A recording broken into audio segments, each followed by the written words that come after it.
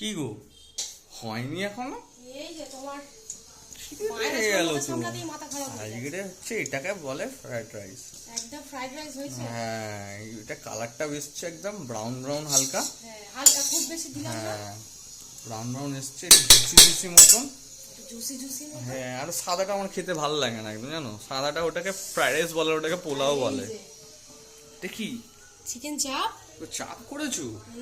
ও তুমি জানতে না না চিকেন না, আমি জানি না তুমি চিকেন চাপ। আমি জানি চিকেন কষা ফসা হবে, চিকেনে কিছু একটা হবে, চাপ করেছো আমি জানি না। অনেকদিন খাওয়া হয়নি। আর এটা আমার বাপির জন্য হয়েছে।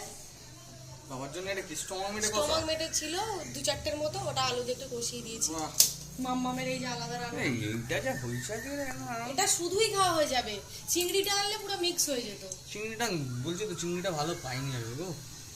ঠিক আছে, না ভালো পেলে আর কি হবে, খারাপ জিনিস তো দেওয়া যাবে না, ভালো জিনিস হচ্ছে। হ্যাঁ, জল ছড়ানো যদি বিচ্ছিরি হয় তাহলে আর কিছু করার নেই। ঠিক আছে, নো প্রবলেম। হয়ে গেছে, এবার এটাকে আমি ডেজবিনে ঢেলে নেবো। ঠিক আছে, চলো আমি একটু পরে স্নান টান করে খেতে বসে যাবো। একদম।